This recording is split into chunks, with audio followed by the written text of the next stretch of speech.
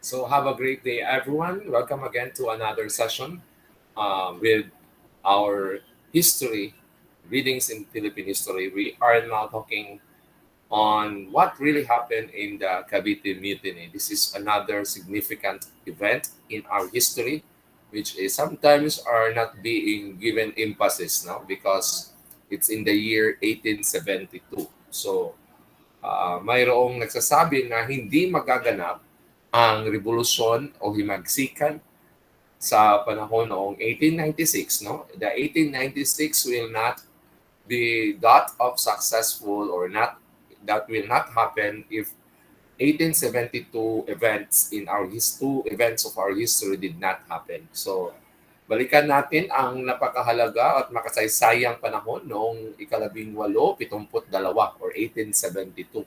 So, there are some controversies when it comes to the Cavite Mutiny. There are different and various sources and accounts telling about the happenings in the Cavite Mutiny. So bakit ito tinawag na isa sa mga pinakamahalagang kasaysayan ng ating bansa at ano ang kontribusyon nito sa 1896 na 1896 na Philippine Revolution, no?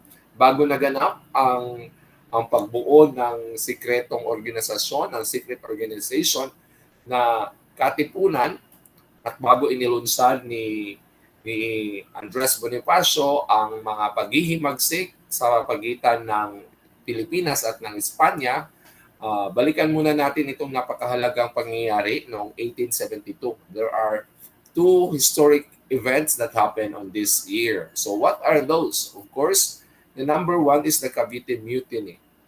No? The Cavite Mutiny, according to other historians and experts, this is the turning point of the awakening of the sense of nationalism and patriotism of the Filipinos during the Spanish colonization. So if you try to read on the slide, it is a major factor in the awakening of the nationalism among the Filipinos. So if you try to observe that one, these are the Filipino soldiers who are working in the Spanish arsenal. No? So before we proceed on the discussion of Cavite Mutiny, so we will be having some vocabulary and definition of the word mutiny. But before that, let's have the etymology, no, the origin of the word mutiny. So probably mutiny could be associated to rebellion, but the word mutiny comes from old verb meaning mutine, which also means to revolt or revolt. No? So mutiny will only happen when a military personnel revolted against the existing government of that time. No? So on that point, no, the existing government is the Spanish colonial government.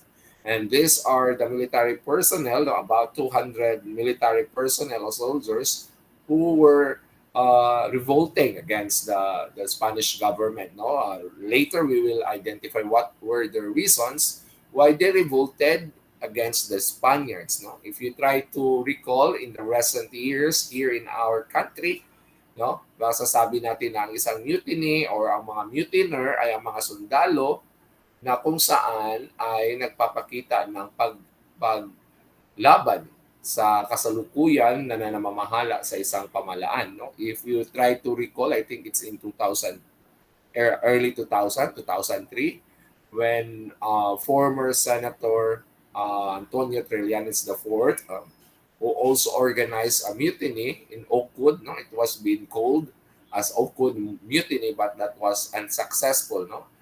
They revolted against the existing government during that time. The administration during that time was former President Gloria Macapagal Arroyo. So they have some reasons on revolting against that existing government. But in this point, in 1872, group of Filipino soldiers also revolted against the Spaniards in the arsenal. No? So what happened in the Cavite Mutiny, no, on this revolution? If you try to observe in the picture, no, there is what we call an arsenal. No, please observe that an arsenal is a place where the artilleries, mga paggawaan ng mga armas, mga bala ay diyan nakaimbak. No? Kaya napapansin natin napakataas ng bakuran, no? Na para sa itong kampo. Ang kampong ito or ang arsenal na ito ay tinawag na Fort San Felipe. This is the Spanish arsenal in Cavite on January 20, 1872. So nangyari ang pag-aalsa, uprising na ito noong January 20, 1872. So there are some versions, no? There are Filipino version and accounts of narrating of what really happened in the Cavite Mutiny. There are also sources or accounts from the Spanish, no? From the Spaniards. So they have accounts narrating also on the Cavite Mutiny. So according to this source, around 200 soldiers and laborers rose up in the belief that it would elevate to national uprising. Meaning, this is the turning point, no? Which nakita natin na ang mga Filipino ay umusbong ang kanilang pagmamahal sa bayan dahil nga sa ipinakita ng around 200 mga sundalo na Pilipino na nag-alsa laban sa pamumuno at pamahala ng pamalang Espanya, pamalang kolonyal dito sa Pilipinas. So ano nga ba ang kanilang dahilan? So probably ay itinanggal sa kanila ang mga pribilehiyo. No? When they say a privilege, no, it is not a lifetime. When they say privilege, maaring mong maranasan ito at maaari ding matanggalin sa iyo. So ang nangyari ay tinanggalan ng mga sundalong na ito na alsa laban sa mga Espanyol ng mga pribilehiyo kagaya ng ang exemption sa pagbayad ng tributo or tribute or what we call in the recent time tax, no? Inalis sa kanila ang pribilehiyo na hindi na exempted sila sa pagbayad ng tax. So meaning to say they are being imposed to pay their taxes. So that's one of the main reasons. Then the second one ay inalis din sa kanila ang pribilehiyo na exempted sa polo e serbisyo or the forced labor. So if you try to recall our topics or discussion about the economic policy of the Spaniards in our country, the polo e serbisyo, isa itong polisiya ng Espanya na lahat na edad na 15 hanggang 65 ay pwersahan na nagbibigay ng serbisyo sa pamalaang Espanya para nga sa paglikha ng iba't ibang mga infrastruktura. So dati-rati ay binigay ito na exemption sa mga sundalo na Pilipino na naglilingkod sa arsenal na ito. Ngunit nang dumating ang bagong gobernador general ay inalis sa kanila ang ganitong pribilehiyo. Kaya ito ang naging dalawang pangunahing dahilan ng kanilang pag-aalsa, no? Ng revolusyon ng mga sundalong Pilipino na naglilingkod sa arsenal ng Fort San Felipe. No? At dahil dito, ito na nga yung sinasabi natin na turning point. This is the turning point of the uprising of the nationalism of the Filipino people to fight against the Spaniards. So what's the connection of this mutiny, of this uprising to the 1896 revolution of the first kind, the Philippine Revolution that was being facilitated by the Katipuneros, headed by their Supremo, of course, Andres Bonifacio. In that sense, it started, it rose to the sense of the need to uprise because of the atrocities, the oppression of the Spanish colonial government to the Filipino and even to the soldiers who are giving their services to the arsenal of Fort San Felipe in Cavite. So the mutiny was unsuccessful because, of course, there are only 200 soldiers. Probably it will be outnumbered by the Guardia Civil, of the Spanish government, colonial government. The Governor General will order what we call this one a martial law to secure the arsenal, from the uprising of these around 200 soldiers. And with that, some of those soldiers were executed by the Spanish government. Most of them who participated were being sentenced to execution. So that is why most of those individuals who are involved on the mutiny were executed, and it was not successful. So the second event, no, as I told you, that there are two major events. Historic, it is an historic year of 1872 because there are two events that happened. The first one is the Cavite Mutiny, and of course, the martyrdom of the three priests. This is the martyrdom of the three priests, meaning to say there is a connection of this discussion, the martyrdom of the three priests, in the retraction of the life of Jose Rizal, no, of the works and life of Jose Rizal. So, on overview, of course, Jose Rizal was being inspired of the martyrdom of these three priests, Gomborsa, collectively known as Gomborsa. That is why in his second novel, he wrote his second novel in honor to these three martyr priests, the El Filibusterismo. No? So, the Gomborsa is the collective name of the three martyred priests who were tagged as the masterminds of the Cavite Mutiny, where in fact there was no connection between these individuals, these martyr priests, to the Cavite Mutiny. So because they are working as a parish priest in Cavite, now they were tagged by the Governor General, by the Spanish government, that they were the one who facilitated, the one who plans, and they are considered as the mastermind of that Cavite Mutiny, where in fact they are not involved on that. No, instead of accepting that they are the mastermind, of course they did not accept that one. They did not. They did not tell that they are the one who is under that plan, and that is why they were executed. They were being guillotined. No, paggamit ng garute. No, so this collective name Gumborsa, of course, these are secular priests because during that time, there are two different types of priests. We have the regular priests, which are the missionary priests, like the Spanish priests who were in the Philippines, the missionary priests like the Recoletos, Benedictines, Franciscan, Jesuits. No, they are what we call the regular priests. These secular priests are Filipino priests who were able to study abroad and to some seminary to prepare to become a priest, a Filipino priest. But of course, this individual can only be part of those schools, of those prominent schools, because they are part of what we call in the social classes, the Lustrados or Principalia, no? Na may kakayahan sila. So the Spanish clergy connected the priests to the mutiny. When you say clergy, these are the priests. No? They were being accused of the one who uh, facilitated that mutiny as part of the conspiracy to stifle the movement of secular priests. No?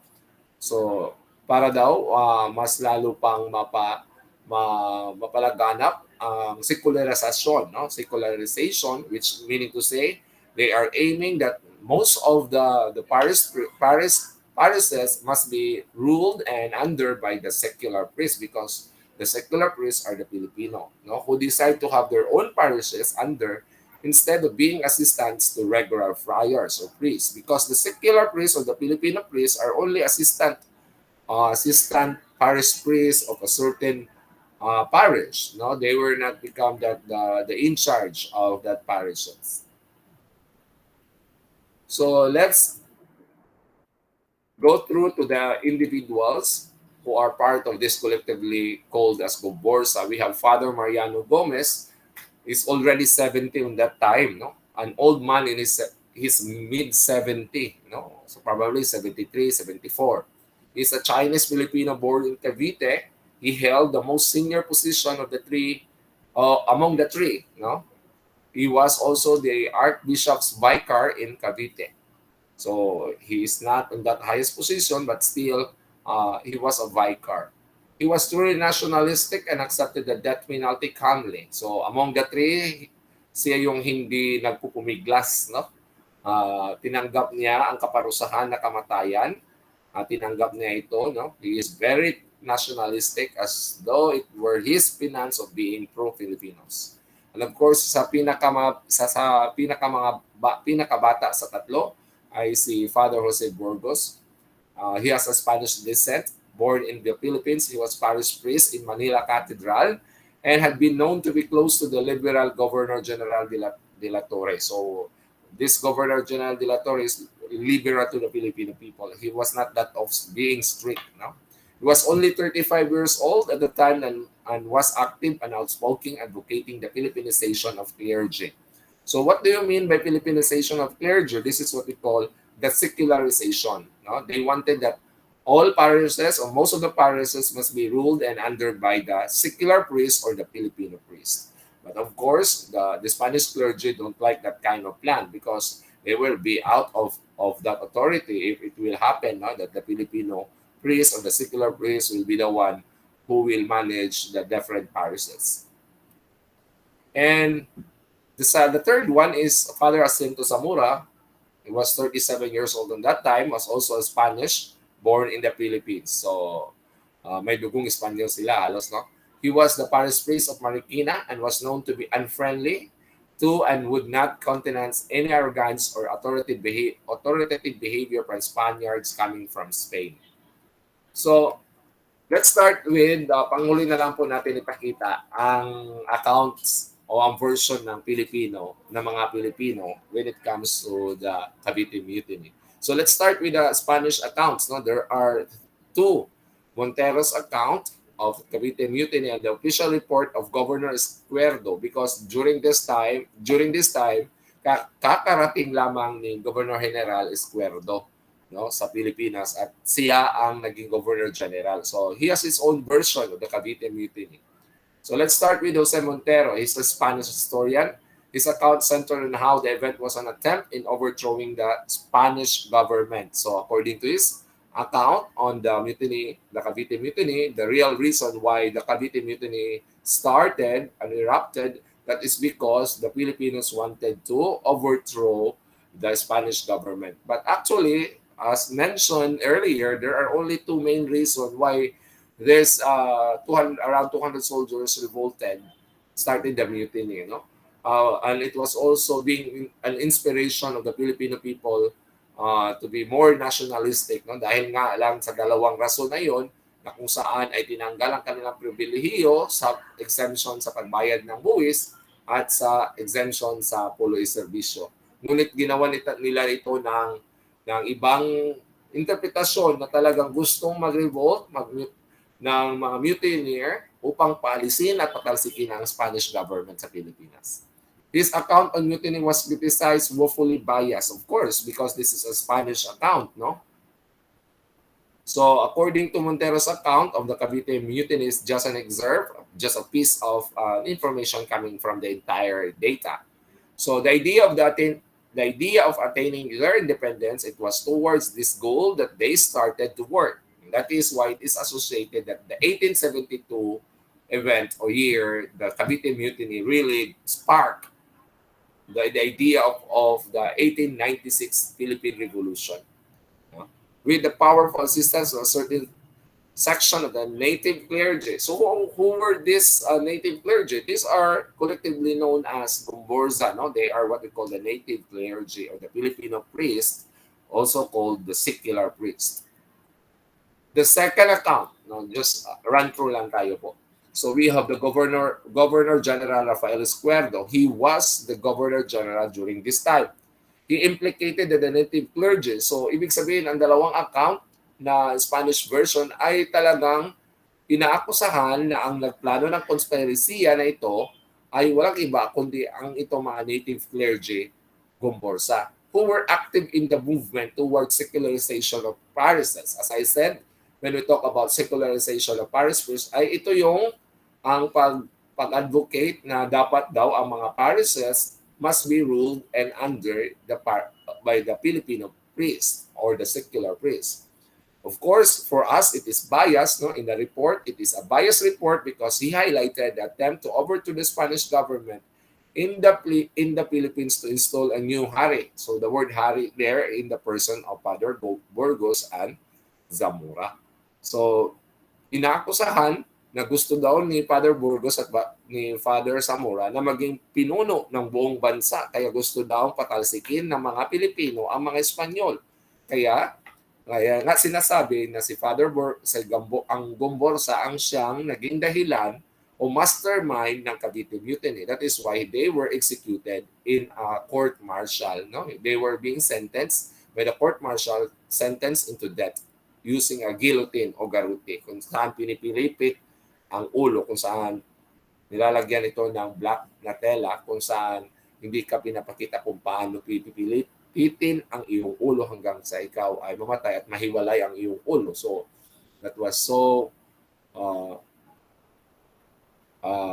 hindi katanggap-tanggap na pamamaraan ng pag-execute ng isang tao. No?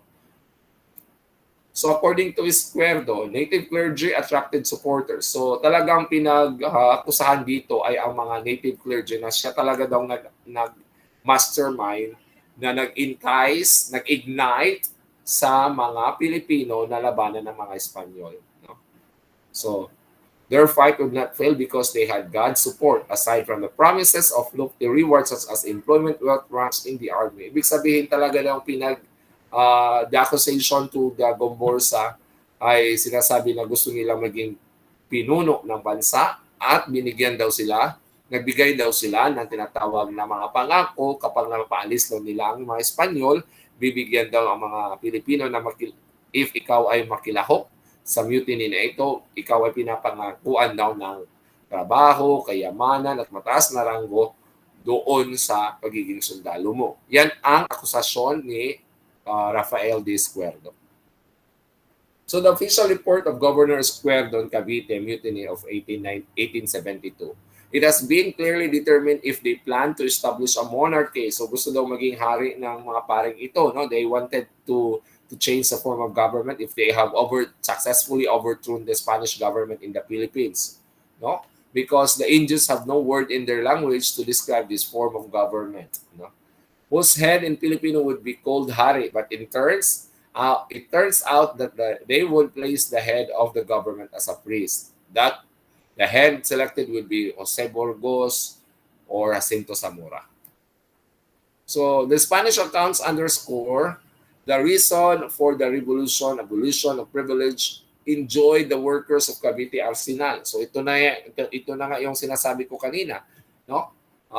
The main reason why the around 200 soldiers revolted against the Spaniards, started the mutiny because their privileges were abolished, no, like exemption from payment of the tribute and being employed in polo servicio. The presence of the native clergy against the Spanish friars conspired and supported the rebels. So ibig sabihin daw, ang nag-udyok, no? Ang nag-udyok daw sa pagkakaroon ng mutiny na ito ay ang mga paring Filipino o paring secular na udyukin sila na kontrahin ang pamalang Espanya sa Pilipinas. So in the Spaniards' account in 1872 was premeditated, a part of the big conspiracy among educated leaders, mestizo, lawyers, residents of Manila and Cavite. So these are individuals, probably they are part of Ilustrados and Principalia. They are fortunate, no? Sila yung mga nasa mayayamang angkan, no? O tinatawag nating alta de ciudad. When you say alta de ciudad, if you hear that term, meaning ikaw ay mayaman sa mga lungsod, no? They allegedly plan to liquidate high-ranking Spanish officers, then kill friars. So we will let's have this one, the actual date, no? The district of Sampaloc celebrated the Feast of the Virgin Loreto, came with where some fireworks displayed. The Capitanios mistook this is the signal to commence with the attack. So, ibig sabihin, akala ng mga Espanyol na nagkaroon na ng pag-atake sa arsenal. Subalit ito pala ay nagkataon lamang na ito ay isang fireworks display dahil nga ito ay kapistahan ng Birheng Mariang Loreto.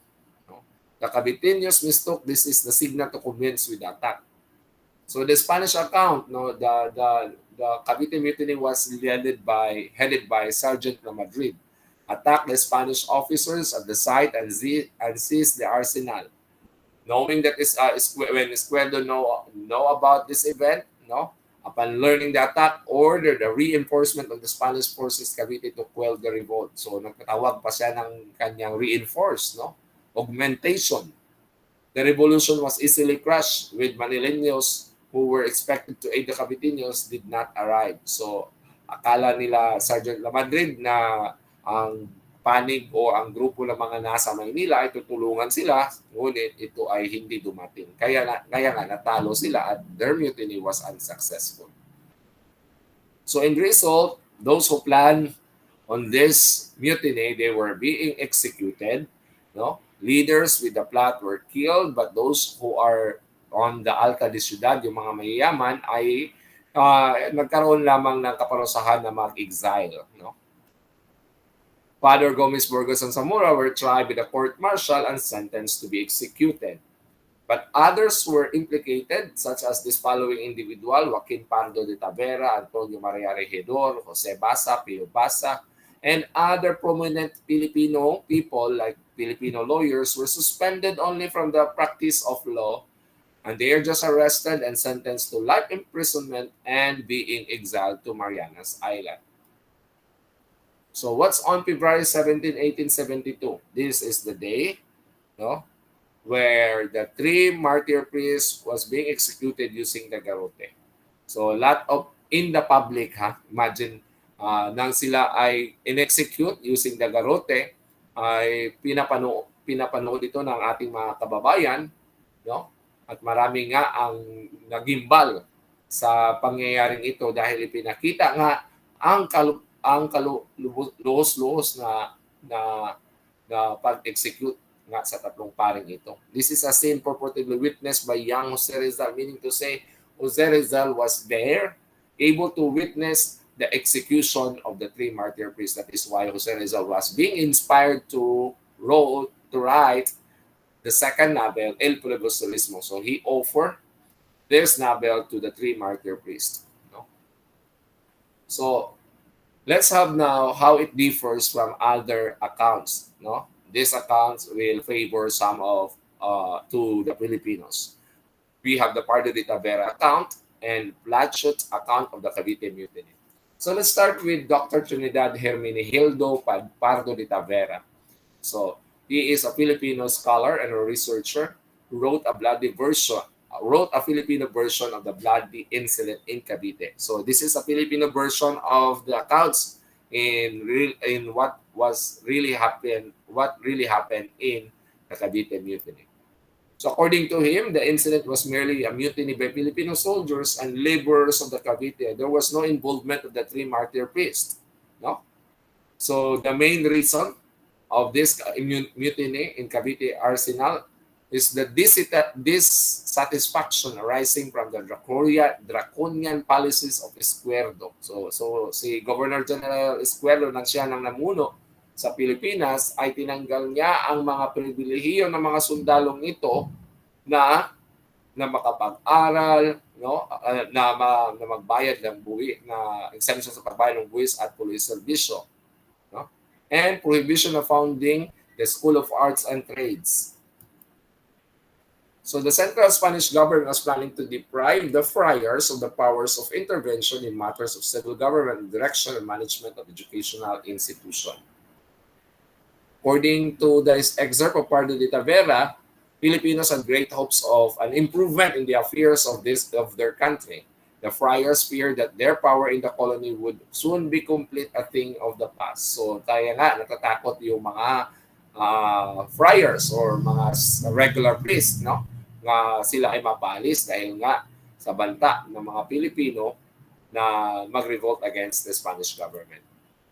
So another account by Edmond Plachot, a French, Plachot siguro pang-pronounce nito dahil siya ay French, complemented Tavera's account. So ibig sabihin, sinuportahan niya ang account ni Pardo de Tavera, and analyzed the motivation of the 1872 Cavite Mutiny. According to him, the arrival in Manila of General Izquierdo put a sudden end to all dreams of reforms dahil nga sa napakalupit na pamamahala ni Governor General de Izquierdo.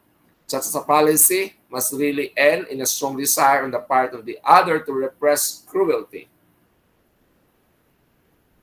So differing accounts, so magkakaibang mga accounts. Friar used Cavite Mutiny as part of the larger conspiracy to cement their dominance para mapakita nila ang kanilang lakas.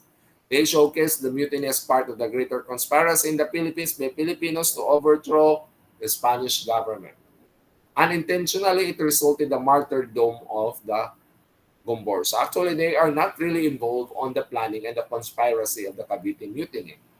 And really, it paved the revolution that culminates in 1892, 1898, when we declare our independence from the hands of the Spanish government.